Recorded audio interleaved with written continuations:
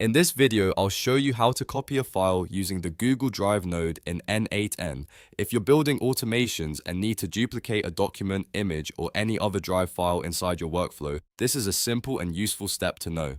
And if this tutorial helps, please hit like and subscribe for more N8n how-to guides. First, open the workflow you want to work on inside N8n. Make sure you're in the correct automation before adding anything new, so you don't accidentally place the node in the wrong flow.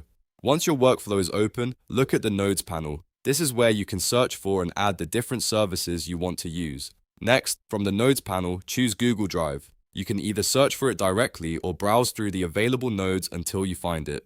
After selecting Google Drive, you'll see the list of actions you can use with that node. From there, choose Copy File. This is the option that tells N8n you want to duplicate an existing file in Google Drive instead of uploading, moving, or deleting anything. Once you select it, the configuration panel will appear on the right side. Now it's time to configure what to copy.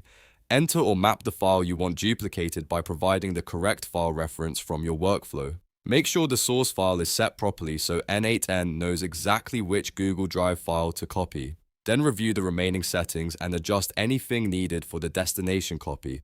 After that, double-check your configuration to make sure everything is pointing to the right file. This is important because the copy file action will only work correctly if the source file is identified properly. Once you're done, your Google Drive node is ready to copy files inside your N8n automation. If this video helped, don't forget to like the video and subscribe for more quick N8n tutorials.